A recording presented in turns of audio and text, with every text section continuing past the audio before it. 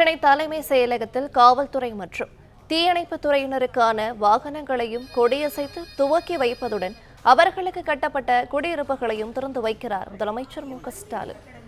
கூடுதல் விவரங்களை செய்தியாளர் ராஜகுமரன் வழங்கிட கேட்கலாம். ராஜகுமரன், வணக்கம். மேலும் விவரங்கள். சென்னை தலைமைச் செயலகத்தில் நடைபெறக்கூடிய நிகழ்வில் பங்கேற்றிருக்கக்கூடிய முதலமைச்சர் மு.க.ஸ்டாலின் காவல்துறை சார்பில் 32,09,00,000 ரூபாய் செலவில் 500 இருசக்கர வாகனங்கள் மற்றும் 300 பொலிரோ 4 சக்கர பொலிரோ வாகனங்களை தற்பொழுது கொடியசைத்து தொடங்கி வைத்திருக்கின்றார். மேலும் தீயணைப்பு மற்றும் மீட்பு பணிகள் துறை சார்பில் 28,45,08,000 ரூபாய் செலவிலான 50 நீர்த்தாங்கி வாகனங்கள், 10 ஜீப்புகள் மற்றும் 50 இருசக்கர வாகனங்களின் சேவைகளையும் தற்பொழுது தமிழக முதலமைச்சர் கொடியசைத்து சென்னை தலைமைச் செயலகத்தில் நடைபெறக்கூடிய நிகழ்வில் பங்கேற்று தொடங்கி வைத்திருக்கின்றார்.